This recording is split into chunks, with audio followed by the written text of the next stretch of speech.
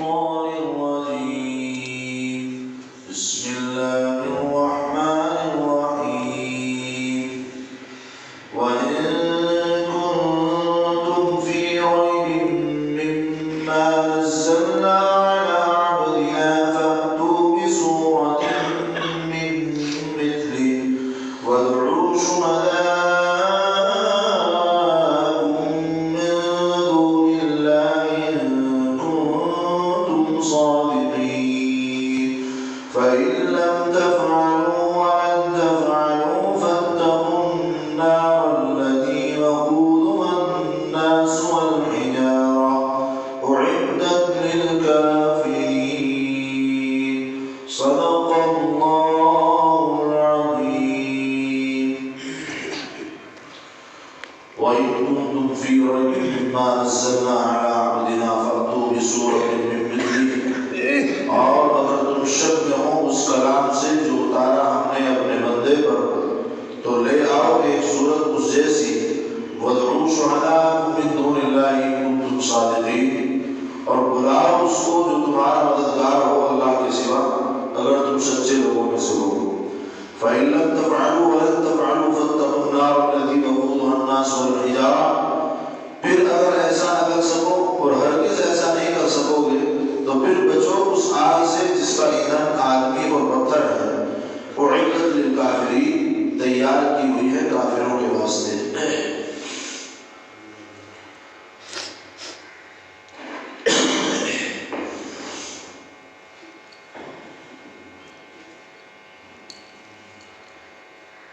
یہ سورہ بقرہ کی 23ویں اور 24ویں آیتیں ہیں.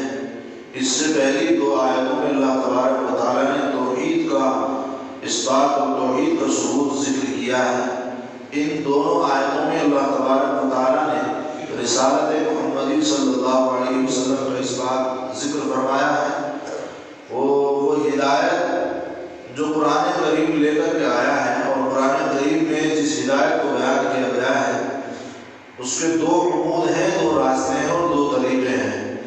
نمبر 1 توحید اور نمبر 2 رسالت.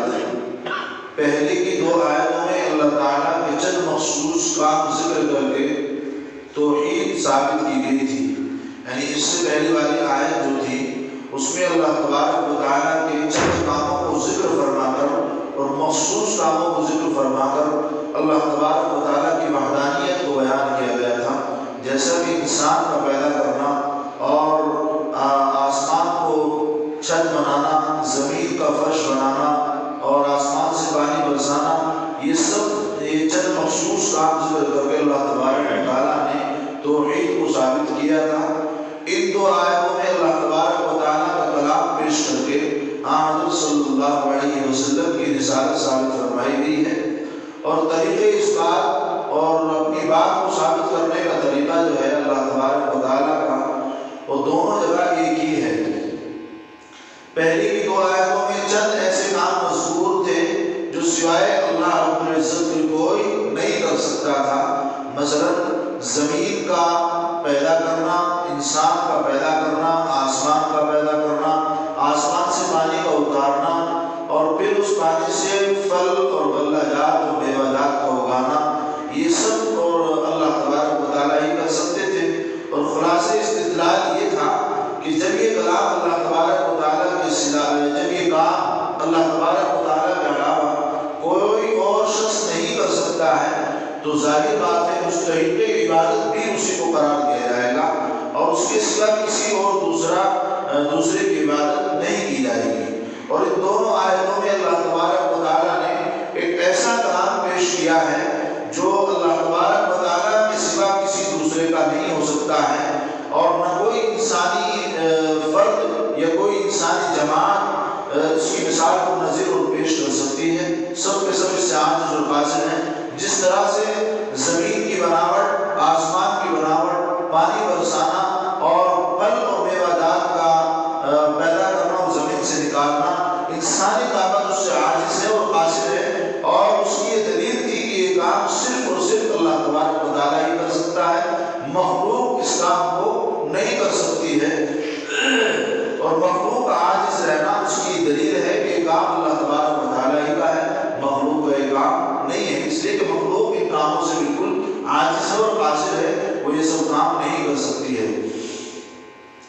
اس کے بعد اللہ تبارک و تعالیٰ نے اس آیت کے اندر بھی قرآن کریم میں پوری دنیا کے انسانوں کو خطاب کر کے چیلنج دیا ہے، اور یہ چیلنج دیا ہے کہ اگر تم اس کلام کو اللہ کا کلام نہیں مانتے ہو بلکہ کسی مخلوق کا کلام اگر تم اس کو سمجھتے ہو، تو قرآن کریم نے چیلنج کیا ہے کہ تم بھی انسان ہو اور تم اس کو انسان کا کلام کہتے ہو، تو انسان تم بھی ہو اور عربی جاننے والے ہو، فصاحت و بلاغت والے ہو، تو ظاہر بات ہے جب تم عربی جاننے والے ہو، فصاحت و بلاغت والے ہو، تم بھی ایسا کلام بنا کر کے پیش کر سکتے ہو۔ تو قرآن کریم نے ان کو چیلنج کیا، ان کو ہی نہیں بلکہ پوری دنیا کو قرآن کریم نے چیلنج دیا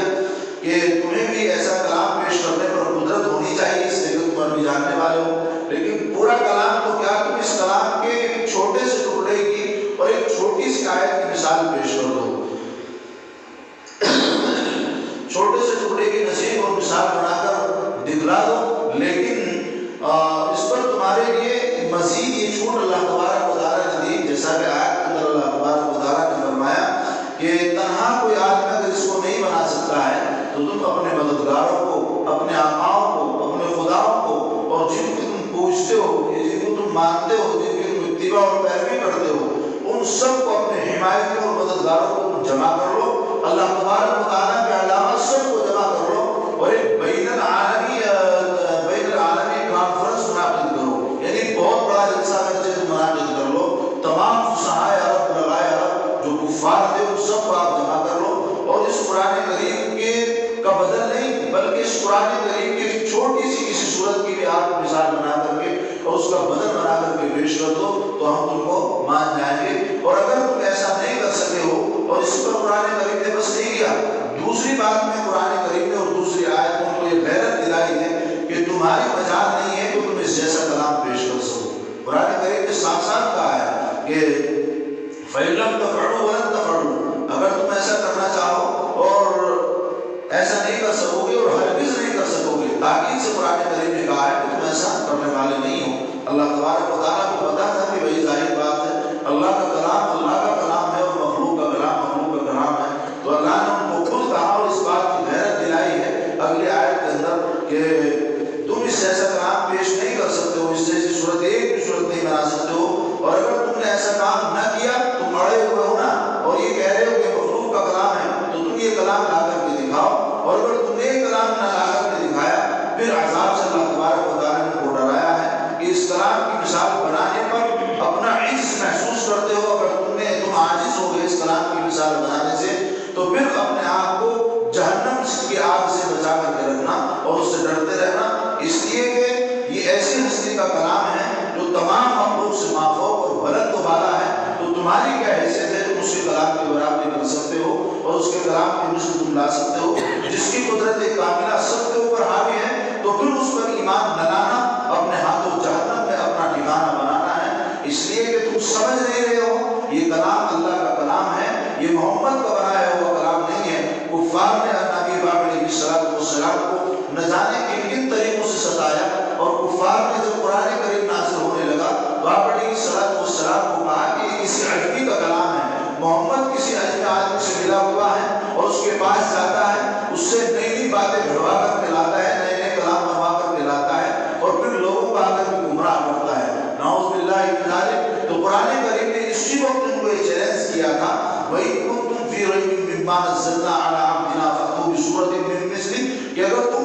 اس چیز کے شک میں ہو کہ ہم نے اپنے بندے کو اوپر جو کلام نازل کیا ہے، خاص کلام نازل کیا ہے، یہ اسی کا کلام ہے، اللہ کا کلام نہیں ہے، تو تم اس کی جیسی کوئی ایک صورت لا کر کے پیش کر دو، اس کا کوئی بدل پیش کر کے دکھاؤ۔ حاصل یہ ہے کہ دونوں آیتوں میں قرآن کریم اور رسول کریم صلی اللہ علیہ وسلم کے اعلیٰ معجزے کا اظہار کرنا چاہ رہے ہیں اور اس کا ثبوت دینا چاہ رہے ہیں۔ قرآن کریم نبی پاک علیہ السلام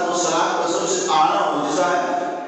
بہت سے معجزات، ہزاروں معجزات نبی پاک علیہ السلام کے دست اقدس پر ظاہر ہوئے ہیں، لیکن قرآن کریم سب سے اعلیٰ معجزہ ہے، اور قرآن کریم بتلا رہا ہے کہ نبی پاک علیہ السلام کا اعلیٰ معجزہ ہے، اور اعلیٰ معجزے کو بتلا کر آپ علیہ السلام کی رسالت اور سچائی کو ثابت کرنا چاہ رہا ہے۔ رسول اللہ صلی اللہ علیہ وسلم کے بہت معجزات ہیں، ہزاروں معجزات ہیں اور بڑے بڑے حیرت انگیز ہیں، لیکن سب میں سے اس جگہ آپ علیہ السلام کے علمی اور اعلیٰ معجزے میں قرآن کریم کے ذکر پر اکتفا کر کے بتلا دیا گیا ہے کہ آپ علیہ السلام کا سب سے بڑا معجزہ جو ہے وہ قرآن کریم ہے، اور اس معجزے کو انبیاء علیہ السلام نے بھی تسلیم کیا ہے، اور یقیناً دیگر انبیاء کے دست اقدس پر بھی بہت سارے معجزات کا ظہور ہوا ہے، لیکن کوئی اس کمال تک نہیں پہنچ سکا ہے۔ اور آپ علیہ السلام کے دست اقدس پر جہاں اور معجزات ظاہر ہوئے ہیں اور دیگر انبیاء کے ہاتھوں پر جو معجزات ظاہر ہوئے ہیں وہ سب ایسے معجزات ہیں جو ان کے ساتھ خاص تھے، ان کے وقت تک، ان کی امت تک خاص تھے، اور جیسے ہی وہ اس دنیا سے چلے گئے وہ سب معجزات ختم ہو گئے۔ نبی پاک علیہ السلام کے دست اقدس پر جو معجزات ظاہر ہوئے ہیں وہ بھی وقتی طور کے لیے ظاہر ہوئے ہیں، جب ضرورت پیش آئی تو اللہ تبارک آپ علیہ السلام کے دست اقدس پر معجزات کا مظاہرہ کیا اور معجزات ظاہر فرماتے رہے، مگر یہ معجزات ان رسولوں کے ہاتھوں ظاہر ہوتے رہے اور اس وقت ہی ختم ہوتے رہے۔ قرآن کریم میں آپ علیہ السلام کے دست اقدس پر ایک ایسا معجزہ ظاہر ہوا ہے، اور یہ ایسا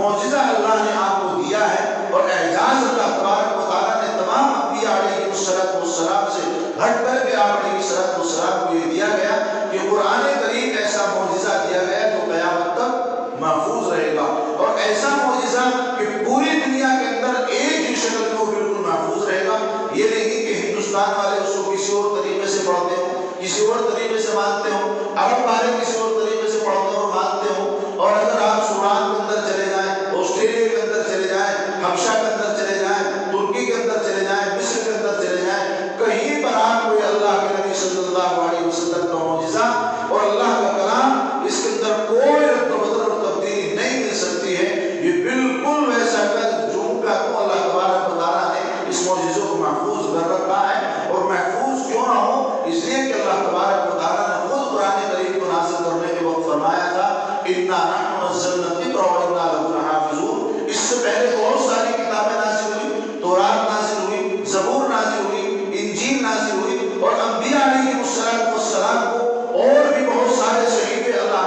تبارک و تعالیٰ نے عطا فرمائے ہیں، لیکن کسی صحیفے کے بارے میں اللہ تبارک و تعالیٰ نے یہ نہیں کہا کہ میں اس کی حفاظت کرنے والا ہوں، بلکہ صحیفہ ان کو دے دیا اور ان کے اوپر اس کی حفاظت، اس کا پڑھنا، اس کا شائع کرنا، اس کی اشاعت کرنا اس وقت کے نبی کے اوپر، اس وقت کی امت کے اوپر اللہ تبارک و تعالیٰ نے سونپ دیا۔ لیکن جب باری آئی قرآن کریم کی اور نبی پاک علیہ السلام کی اس اعلیٰ معجزے کی، تو اللہ تبارک و تعالیٰ خود پکار اٹھے۔ سب سے پہلے تو اللہ تبارک و تعالیٰ نے قرآن کریم میں انٹروڈکشن اور تعارف یہ کرایا کہ جو کتاب میں بھیج رہا ہوں اور جو کتاب پڑھ رہے ہو، ذالک الکتاب لا ریب فیہ، اس کتاب کے اندر کوئی شک و شبہ نہیں ہے۔ سب سے پہلے اللہ تبارک و تعالیٰ نے بتا دیا کہ اگر تمہارے ذہن و دماغ میں کوئی تردد ہو، کوئی شک ہو، تو یقیناً یہ بلا ریب اور بلا شک کی کتاب ہے، اس کے اندر کوئی شک و شبہ نہیں ہے۔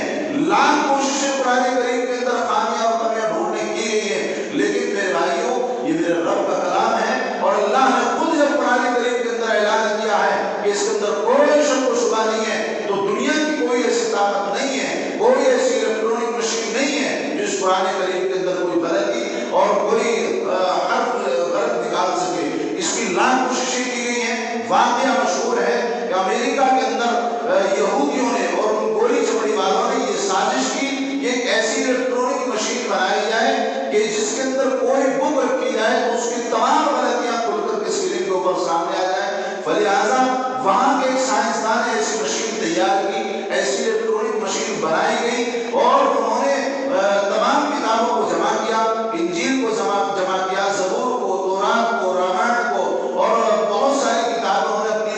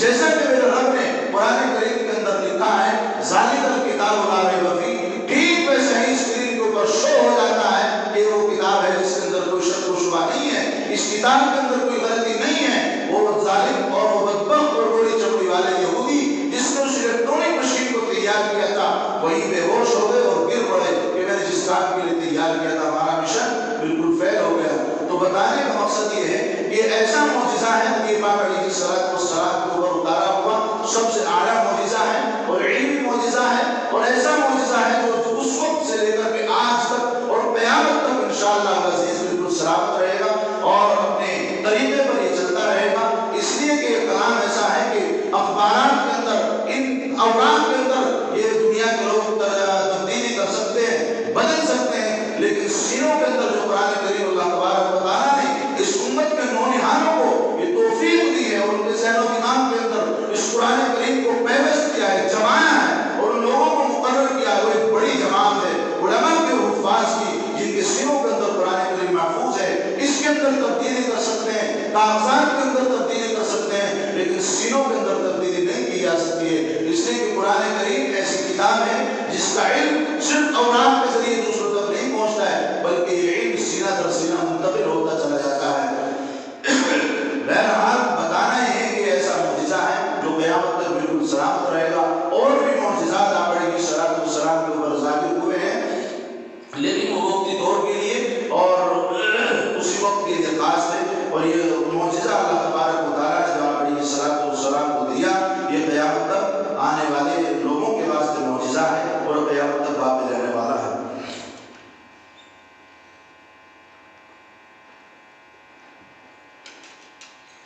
جو آیت آج سب سے پہلے بیان کی گئی ہے وَإِن كُنتُمْ فِي رَيْبٍ مِّمَّا نَزَّلْنَا،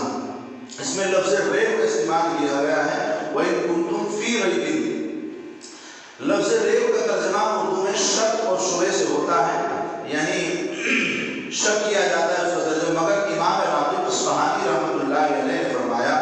کہ در حقیقت ریب کا معنی جو ہے ایسے تردد اور وہم کہیں جو تھوڑے بہت تأمل اور غور کر لینے سے ختم ہو جاتا ہے۔ جیسا کہ کسی آدمی کو کسی بات میں کسی مسئلے میں کوئی اٹکل ہوتی ہے تو وہ تھوڑا سا اس بارے میں سوچتا ہے تو فوراً اس کا دماغ صحیح ہو جاتا ہے اور وہ مسئلہ اس کا حل ہو جاتا ہے کہ ہاں میں اس کے تھوڑا سا میرے ذہن میں غلط آ گیا تھا تو ذرا سا اس نے غور کیا وہ مسئلہ اس کو سمجھ میں آ گیا۔ ٹھیک ایسے ہی معنی امام راغب اصفہانی رحمۃ اللہ علیہ نے ریب کے فرمائے ہیں کہ ریب ایسے تردد کو کہتے ہیں، ایسے وہم کو کہتے ہیں اور ایسے شک کو کہتے ہیں جو جس کی بنیاد کوئی نہیں ہوتی ہے بلکہ تھوڑا بہت تأمل اور غور کر لینے سے وہ شک اور شبہ ختم ہو جاتا ہے۔ اسی لیے قرآن کریم میں اہل علم سے ریب کی نفی کی گئی ہے، اگرچہ جو مسلمان نہ ہو، جیسا کہ ارشاد ہے وَلَا يَرْتَابُ الَّذِينَ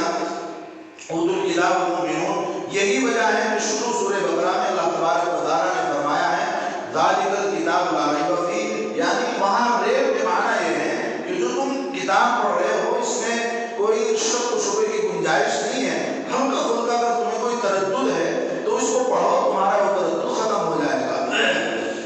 اور اس آیت کے اندر اللہ تبارک و تعالیٰ نے فرمایا ہے وَإِن كُنتُمْ فِي رَيْبٍ مِّمَّا نَزَّلْنَا، یعنی اگر ہو تم کسی تردد میں، جس کا حاصل یہ ہے کہ اگرچہ قرآن کریم اپنے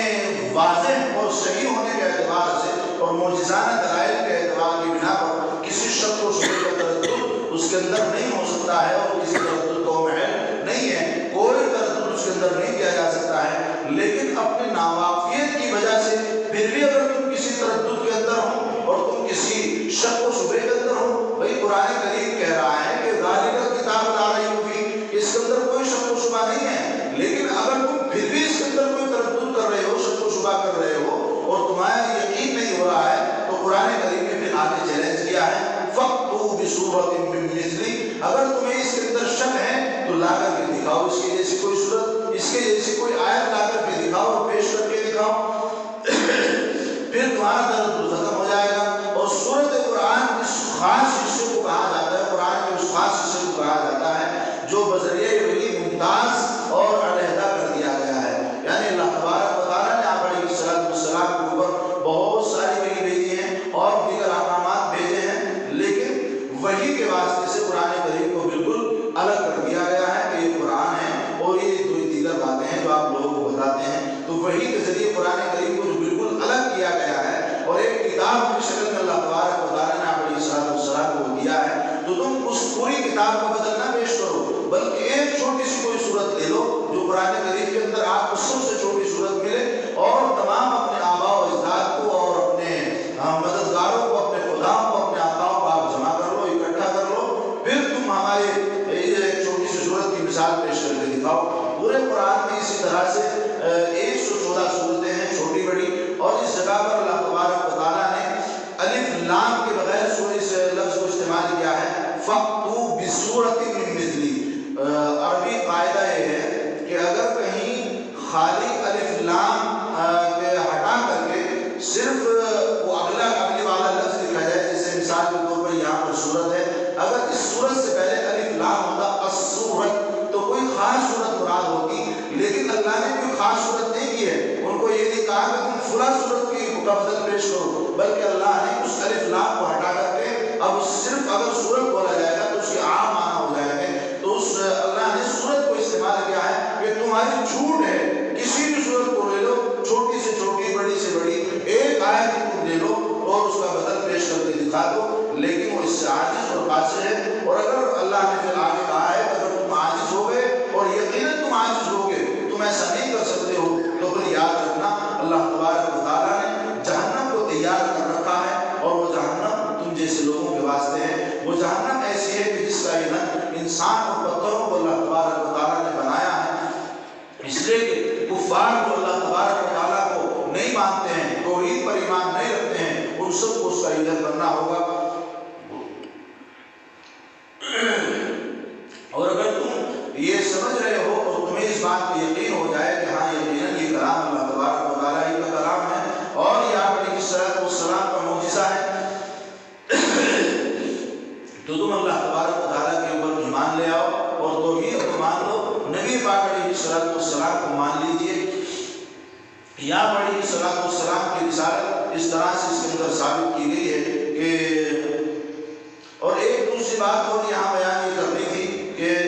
اللہ تبارک و تعالیٰ نے اسی لیے تمام لوگوں کو مخاطب کیا ہے کہ تم اپنے آقاؤں کو، اپنے آباء و اجداد کو بلا لو، سب کو اکٹھا کر لو۔ یہ اس واسطے اللہ تبارک و تعالیٰ نے کہا ہے کہ کفار کو اس بات کا اشارہ ہو سکتا تھا کہ بھئی اگر ہم اس کام کو نہیں کر سکتے ہیں تو ہمارے علاوہ کوئی اور دوسری جماعت کر سکتی ہے۔ اس وقت وہاں جو موجود تھے لوگ، اور آپ علیہ السلام کے شہر کے اندر موجود تھے، وہ لوگ یہ سمجھنے لگتے کہ چلو ہم اس بات کو، اس کی مثال نہیں پیش کر سکتے تو دوسرے لوگ اس کی مثال پیش کر سکتے ہیں، تو اسی واسطے اللہ تبارک و تعالیٰ نے ان کو کہا ہے اور اس بات کی دعوت دی ہے کہ تم اگر اکیلے مل کر نہیں کر سکتے ہو تو وَادْعُوا شُهَدَاءَكُمْ، تو تم اپنے آقاؤں کو، اپنے ہم بندوں کو اور اپنے مددگاروں کو اور اپنے خداؤں کو تم جمع کر لو۔ کوئی ایک آدمی اگر اس کام کو نہیں کر سکتا ہے، 10 کرو، 20 کرو، تمام لوگ مل کر کے قرآن کریم کی چھوٹی سی صورت کی کوئی مثال پیش کر دیجیے،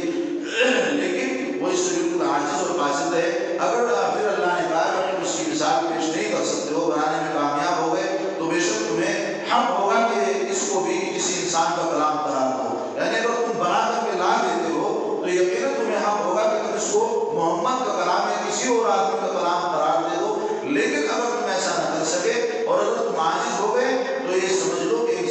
انسان کی طاقت ہے، اس سے بالا تر ہے، اور خالص اللہ تبارک و تعالیٰ ہی کا ایک کلام ہے، اور اللہ تبارک و تعالیٰ ہی کی طاقت اور قوت ایسی ہے جو سب کاموں کے اوپر قادر ہے اور ہر ایک چیز کے اوپر قادر ہے۔ یہاں کوئی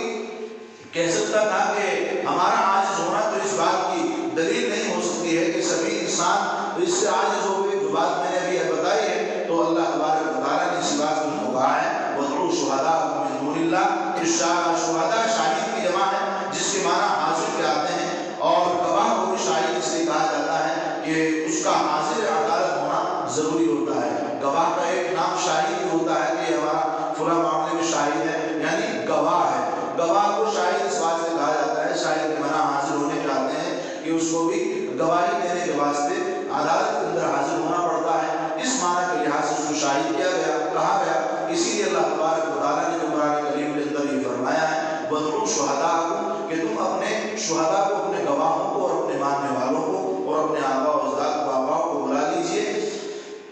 مراد یہاں حاضرین ہے کہ سارے جہاں میں جس جگہ سے بھی تم اس اس کام میں مدد لینا چاہو تو لے سکتے ہو، اور یا اس میں اس سے مراد ان کے بت بھی ہو سکتے ہیں جن کے بارے میں ان کا یہ خیال تھا کہ قیامت کے روز یہ ہماری گواہی دیں گے۔ بتوں کے بارے میں کفار کا خیال تھا کہ قیامت کے دن یہ بت جو ہم نے بنا رکھے ہیں، جو خود اپنی حفاظت نہیں کر سکتے ہیں، یہ ہمارے حق میں گواہی دیں گے۔ ان کی عقل کا پھیر دیکھو، اور کیسے عقل کے اندھے بالکل اپنے ہاتھوں سے اپنے خدا کو بنایا جا رہا ہے۔ بھئی خدا بندوں کو بناتا ہے، بندے خدا کو بناتے ہیں۔ عقل کی بات دیکھو، پھر اسی کے سامنے پوجا کی جا رہی ہے، اپنے ہی ہاتھوں کو بنائے جو اس سے زیادہ طاقتور تو آپ ہیں، آپ اس کے خدا ہیں، وہ آپ کا خدا نہیں ہے، بلکہ الٹا انہوں نے کر رکھا ہے بالکل۔ لیکن یہ ہے کہ جب آدمی کفر کے اندر زیادہ بڑھ جاتا ہے، پھر وہی والی آیت جس کی پیچھے تفسیر ہو چکی ہے کہ اللہ تبارک و تعالیٰ ان کے دلوں پر پردہ ڈال دیتے ہیں، ان کے دلوں کے اوپر اور کانوں کے اوپر مہر لگا دیتے ہیں،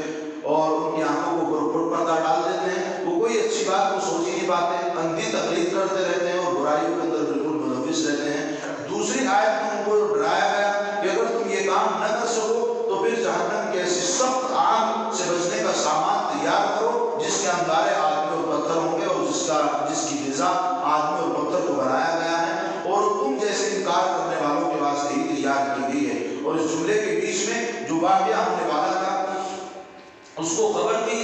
ولن تفعلوا، یعنی خواہ تم کتنا ہی کوشش کر لو اور کتنا ہی انفرادی اور اجتماعی زور لگا لو، لیکن تمہاری مجال نہیں ہے کہ تم قرآن کریم کو اپنے سے پیش کر سکو اور اس کا بدل پیش کر سکو۔ اس پر غور کیا جائے کہ جو قوم اسلام اور قرآن کریم کی مخالفت اور اس کی گرانے اور مٹانے کے لیے اپنی جان مال آب و اولاد سب کچھ قربان کرنے کے لیے تلی ہوئی تھی، اس کو یہ آسان موقع دیا جاتا ہے کہ قرآن کریم کی چھوٹی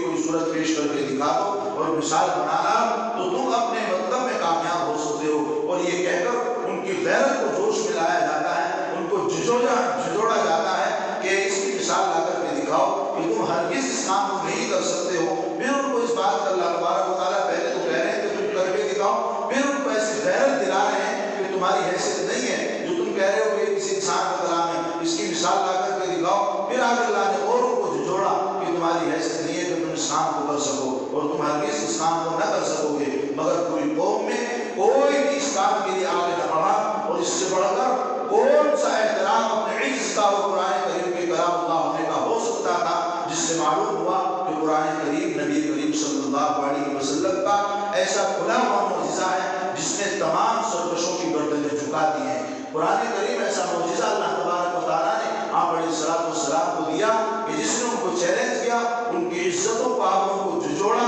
اور ان کے دل کے سوئے ہوئے ضمیر کو جگایا، اور ان کو اس بات کے لیے آمادہ کیا جو قوم ہر وقت اس در پہ تھی کہ نبی پاک علیہ السلام کو، اسلام کو، اس کے ماننے والوں کو ختم کر دیا جائے، کو کاٹ دیا جائے، اور اسلام کو، قرآن کریم کو بالکل ختم کر دیا جائے۔ اللہ نے کیسا موقع آپ کو دیا کہ اگر تم قرآن کریم کی مثال پیش کر دو تو تم اس کو کسی انسان کا کلام کہہ سکتے ہو، تمہیں اختیار دے دیا جائے گا۔ لیکن اللہ تبارک و تعالیٰ اس کے محافظ ہیں، اور اللہ تبارک و تعالیٰ کا وہ کلام ہے، اللہ نے پھر ان کو کہا کہ تم ایسا ہرگز نہیں کر سکتے ہو۔ یقیناً تمام فصحائے عرب، علمائے عرب گھٹنے ٹیکنے پر مجبور ہو گئے، اور انہوں نے اپنی عاجزی کا اظہار کیا، اور یقیناً اس سے بڑی عاجزی ان کی کیا ہو سکتی ہے کہ وہ بالکل بے بس ہو گئے۔ یہ موقع مسلمانوں کو مٹانے کا، قرآن کو، اسلام کو مٹانے کا ان کے پاس تھا، لیکن وہ اس کے اوپر عمل نہ کر سکے اور وہ قرآن کریم کی مثال پیش نہ کر سکے۔ یقیناً اس سے پتہ چلا کہ قرآن کریم ایسا کھلا ہوا معجزہ نبی پاک علیہ السلام کا ہے کہ جس سے تمام سرکشوں کی اور تمام کفاروں کی گردنیں جھک گئی ہیں۔ قرآن کریم قیامت تک زندہ رہنے والا ایک معجزہ ہے، جیسا کہ میں نے بتایا ابھی پہلے کہ تمام معجزات جو ہے وہ ختم، اور آپ علیہ السلام کے اوپر وقتی طور پر وہ ظہور ہوا، جیسی ضرورت پیش آئی ویسا اللہ تبارک و تعالیٰ نے ان کو ظہور کیا۔ لیکن وفات رسول صلی اللہ علیہ وسلم کے بعد بھی یہ معجزہ اور قرآن کریم اور معجزے کی حیثیت میں باقی ہے۔ آج بھی ایک ادنا مسلمان ساری دنیا کے اہل علم و دانش کو للکار کر دعویٰ کر سکتا ہے کہ اس کی مثال کوئی پیش نہیں کر سکتا ہے۔ اگر یہ کہا جائے کہ اس وقت میں تو کوئی تھوڑی جہالت تھی، اتنا علم نہیں تھا، آج اگر آپ علم سمجھتے ہیں اور اس دنیا کو نیا دور اور ایک سمجھیے کہ بہت تہذیب اور تمدن اور علم کے اعتبار سے دنیا بہت آگے بڑھ گئی ہے، تو آج بھی ایک قرآن کریم کو پڑھنے والا اور قرآن کریم کو اپنے سینے کے اندر محفوظ کرنے والا اس بات کا چیلنج کر